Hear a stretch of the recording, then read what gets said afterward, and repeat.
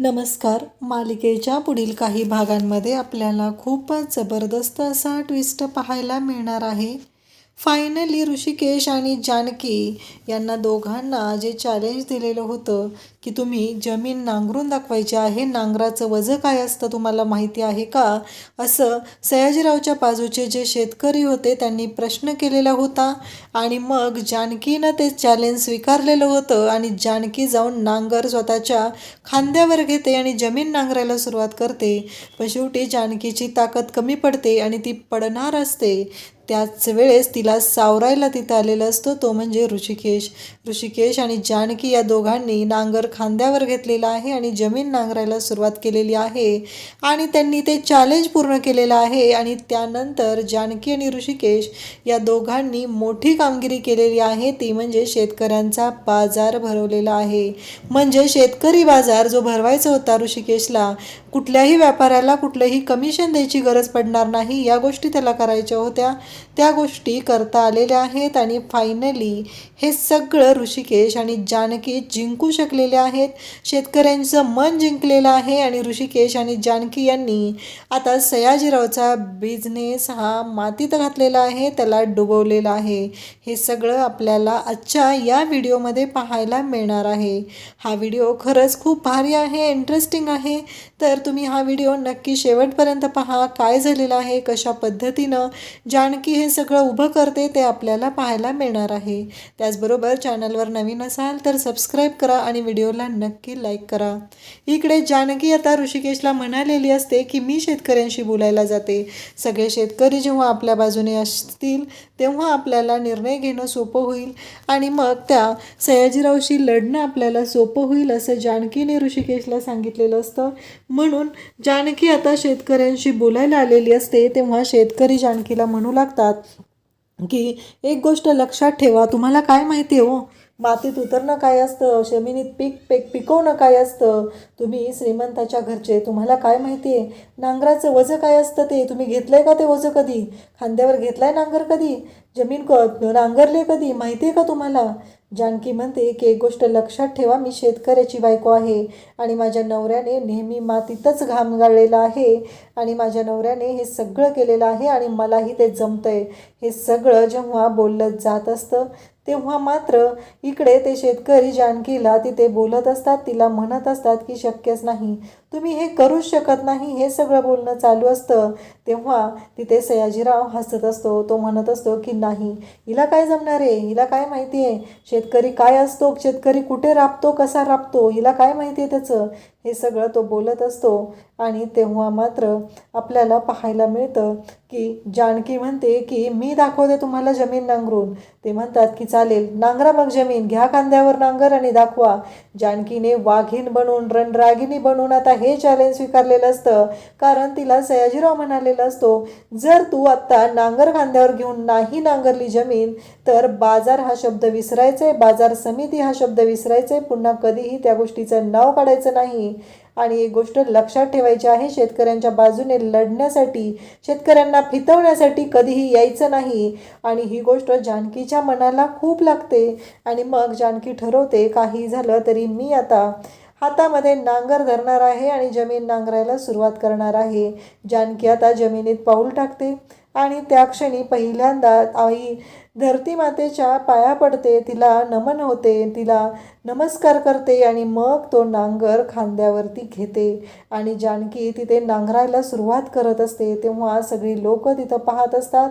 जानकीच्या बरोबर आलेल्या स्त्रियाही त्या जानकीच्या भगिनी जानकीला साथ देत असतात आणि जानकी हे सर्व करत असते ते फक्त आणि फक्त शेतकऱ्यांसाठी. शेतकऱ्यांचा लढा तिला चालू ठेवायचा असतो, त्यासाठी हे सगळं चालू झालेलं असतं. आणि त्याचबरोबर जानकीला आता तोल साथ असतो तिचा, तिला चक्कर येऊ लागलेली असते, तिनं नांगरायला तर सुरुवात केलेली असते, जानकीची ताकद कमी पडू लागलेली असते. जानकी तशीच मेहनत करत असते, ती थकत नसते. काही झालं तरी जमीन नांगरल्याशिवाय मी नांगर खाली ठेवणार नाही, हे जानकीने ठरवलेलं असतं.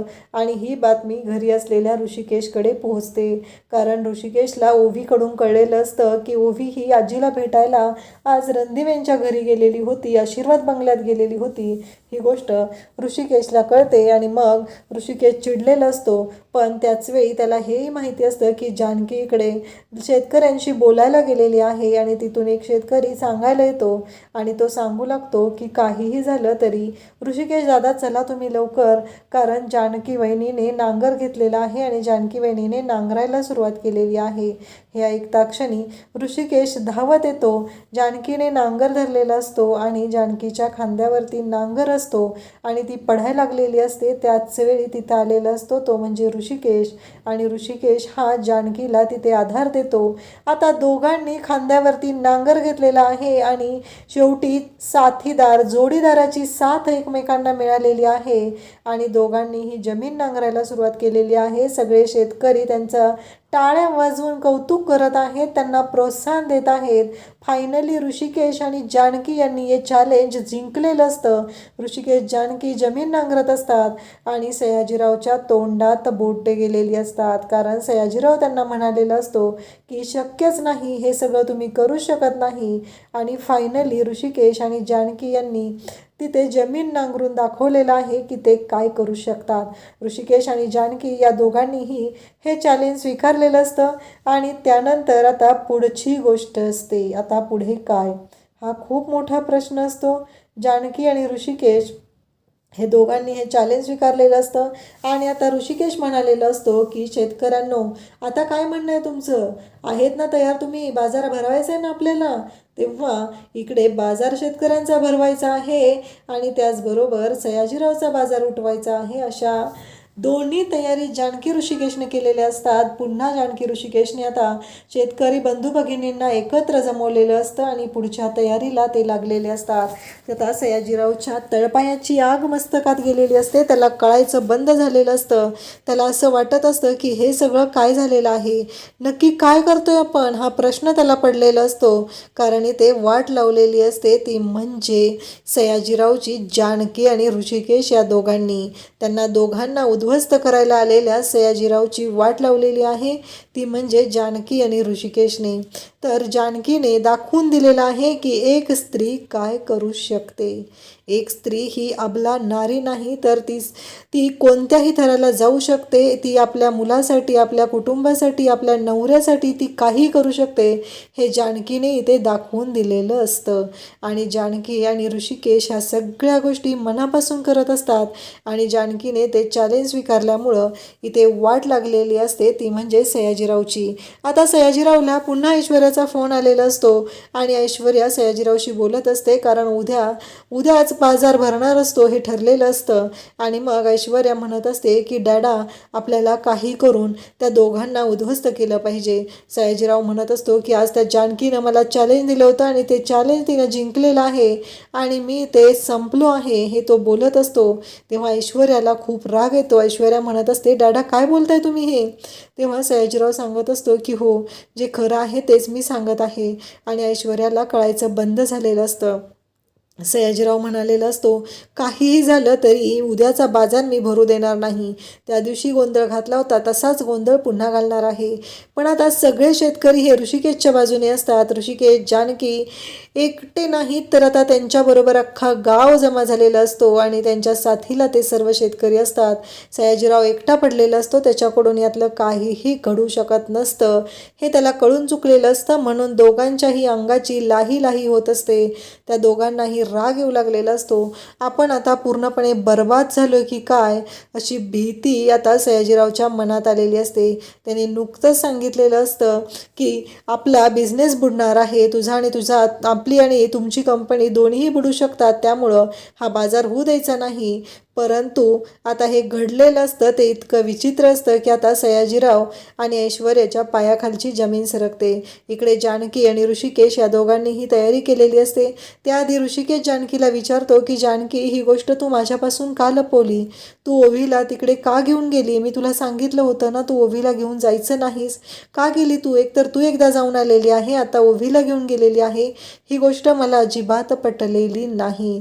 तेव्हा जानकी म्हणत असते, अहो ऋषिकेश, असा नका विचार करू तुम्ही, आपलीच माणसं आहेत ती. त्यावेळेस ऋषिकेश म्हणतो की त्या ऐश्वर्याला मी सोडणार नाही, जिने माझ्या मुलीला हाताला धरून घराच्या बाहेर काढलेलं आहे. ते घर मी मिळवणार म्हणजे मिळवणारच. त्या घरामध्ये मी आता फक्त आणि फक्त ओवीसाठी जाणार आहे, आपल्या ओवीला न्याय मिळवून देण्यासाठी जाणार आहे. हे सगळं ऋषिकेशने ठरवलेलं असतं.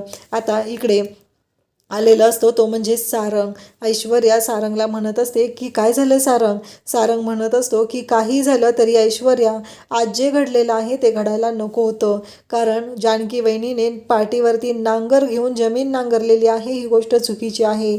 तेव्हा ऐश्वर्या म्हणते तिच्याच अंगात तेवढी मस्ती आहे, तिच्याशी आपला काय संबंध आहे, ती कोण लागते आपली, तुम्ही काय विचार करताय सारंग.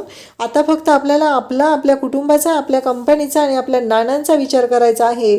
प्रत्येक वेळेस आई आणि नानांचं नाव सांगून ती इकडे सारंगला वेड्यात काढत असते आणि सारंगला असं वाटत असतं की या सगळ्या गोष्टी आपल्यासाठी बोलल्या जात आहेत.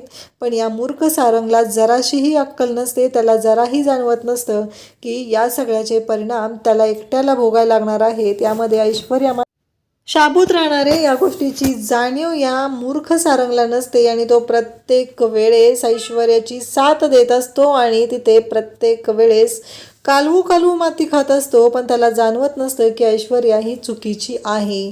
त्यानंतर आपल्याला पाहायला मिळतं की आता ऋषिकेश आणि जानकी घरी आलेले आहेत. ऋषिकेश म्हणत असतो की जानकी, काय केलंस तू आज हे, फायनली तुझ्या म्हणजे मला ना भीती वाटली होती, नांगर तुला खांद्यावर घेऊन जमीन नांगरायला लागलेली आहे, या गोष्टीने मला धक्का बसलेला होता, म्हणून तर मी धावत सुटलो आणि डायरेक्ट तिकडं आलो. पण हे जे पाहिलं ते पाहून मला खरं तर खूप मोठा धक्का बसला, विचारच करू शकत नाही आहे जानकी, तू आज काय केलेलं आहेस. तेव्हा जानकी म्हणत असे की ऋषिकेश, तुमच्यासाठी मी काहीही करायला तयार आहे. तेव्हा मात्र ऋषिकेश म्हणत असतो की पण जानकी, याच्यामध्ये रिस्कही होती. तेव्हा जानकी म्हणते, तिथे मला ऑन दी स्पॉट चॅलेंज दिलं होतं आणि मला सांगितलं होतं जर हे चॅलेंज तुम्ही पूर्ण करू शकला नाही तर तुला पुन्हा कधीही बाजार आणि शेतकरी ह्या गोष्टी बोलता येणार नाहीत, त्याच्यामध्ये तुला जाता येणार नाही. तेव्हा माझ्याकडे कोणताच ऑप्शन नव्हता आणि मला त्या क्षणी हा निर्णय घ्यावा लागला. ऋषिकेश म्हणतो, पण जानकी, तू मला एकदा सांगायचं तरी होतं, मला कळवायचं तरी होतं. तेव्हा जानकी म्हणते, काय करणार ऋषिकेश, तेवढाही वेळ माझ्याकडे नव्हता. आणि इकडे ऋषिकेश आणि जानकीने शेवटी सिद्ध करून दाखवलेलं आहे की ते दोघं जण एकत्र आले तर काय करू शकतात. जानकी म्हणते, उद्याच आपल्याला बाजार भरवायचा आहे आणि काल ज्या ठिकाणी आपण ठरवलेलं होतं त्याच ठिकाणी बाजार भरणार आहे. हे ऋषिकेश आणि जानकी या दोघांनीही ठरवलेलं असतं आणि त्यांनी हे आता एक नवीन पाऊल टाकलेलं असतं. ऋषिकेशच्या बिझनेसच्या दृष्टीने हे एक पुढचं पाऊल असतं आणि त्या क्षणी आता गच्चंतीला सुरुवात झालेली असते, ती म्हणजे सयाजीरावच्या. कारण ऋषिकेशने डायरेक्टली जर शेतकऱ्यांचा शेतमाल हा जर बाजारात विकला तर व्यापाऱ्यांना जे कमिशन शेतकऱ्यांना द्यावं लागतं ते द्यायची गरजच पडणार नाही, हे आपल्याला पाहायला मिळणार आहे. अशाच अपडेटसाठी चॅनलला सबस्क्राईब करा. थँक्यू.